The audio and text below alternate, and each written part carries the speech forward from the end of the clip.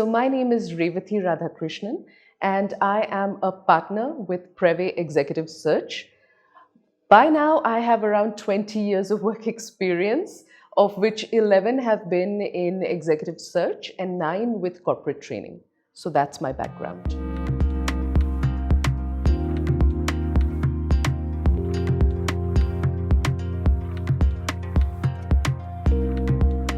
So online interviews have been a huge paradigm shift in interviews and employability over the past 2 years, mainly because of the pandemic situation.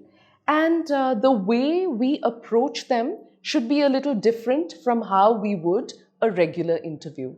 So because an online interview is mostly two-dimensional, we have to make the most of those two dimensions. So we need to be very mindful of creating a strong online presence. So what does that really mean? It means the interviewer is just going to see a certain amount of you and your background. So you have to make sure that you find a very quiet, bright, well-lit place to sit in with minimum external noise and distractions, so that the entire interview happens with minimal external distractions. It's also very important to make sure that you dress the part, not just go wearing your pajamas, which might be tempting because you're at home, but it's important to go dressed as you would for a regular interview. You know, dress in smart formals, make sure that you are well groomed even though you might be at home. So those are some important things to be mindful of for online interviews.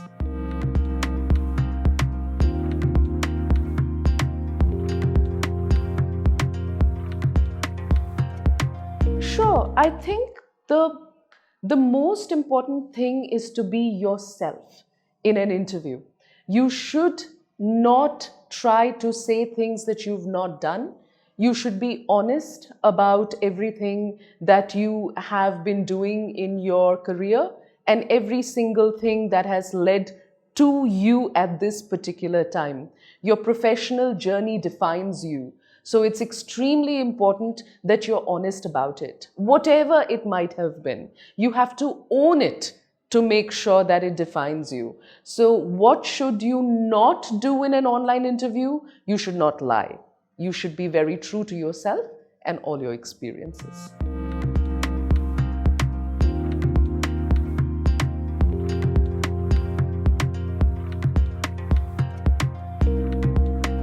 So the most important things to keep in mind while you get down to work on your CV is to start from the beginning. Okay, so you need to make sure that you don't use the CV that you've been using for the past 5 or 6 job changes to make a new CV. Start with a completely new CV, a blank slate, and start from the most recent experience and then work your way to your first experience. For new job seekers, for those of you who have your first or your second jobs and are applying early in your career, it's important to kind of elaborate the things that you did in each position. Use a good font. Don't use a very funny font. Stay clear of Comic Sans. Try using, I'd say, the fonts that look really good are Verdana is good. You can't go wrong with Arial. So Arial and Verdana are good fonts to use. Make sure that you proofread your CV.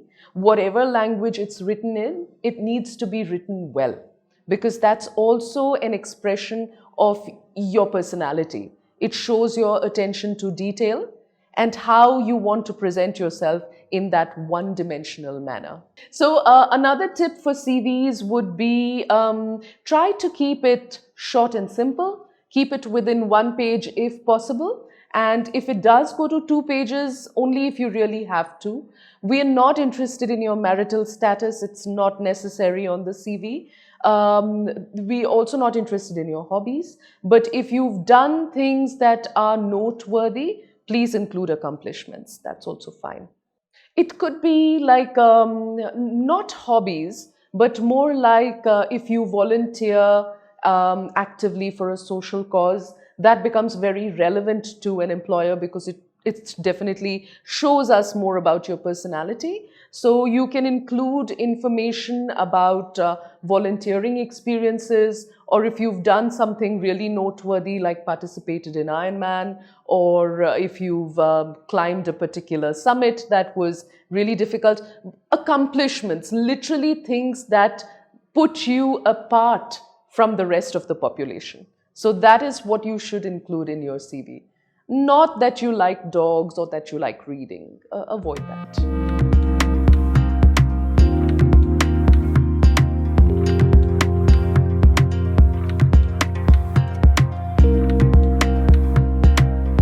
Now, when you don't have any prior job experiences, it might be very daunting to start a job search. So where do you begin? So one of the best places to begin with is your own natural strengths and interests. What is it that you feel is your biggest strength? If you feel analysis and research are your biggest strengths, then not only should your degree be in that field, even your decisions about jobs should be aligned to your inclination. So if you're really outgoing and if you really like meeting people, then sales might be a good job for you. If you have an eye for detail, you love art, maybe you can look at design. So as a fresher, once you've made that decision that you want to do something, what next? The next thing is to do your research and find the companies that are best suited to your job. Say, for example, you've decided that you want to, that you really like being in sales and you want to work in a bank. What's the next thing you do? You make your CV and you find a specialized job board that deals with the banking, insurance, and financial services sector, like Finjobs, and you upload your CV there. But you don't stop there. You also need to network to make sure that you actively promote yourself. You can do that by also creating a LinkedIn profile and kind of reaching out to people in your target companies through that. It's very important to find good recruiters. So, and it makes sense to network with recruiters within your chosen industry. So if you're looking for jobs in banking, insurance, and finance, you should look for recruiters that specialize in those sectors like Prevé Executive Search as well.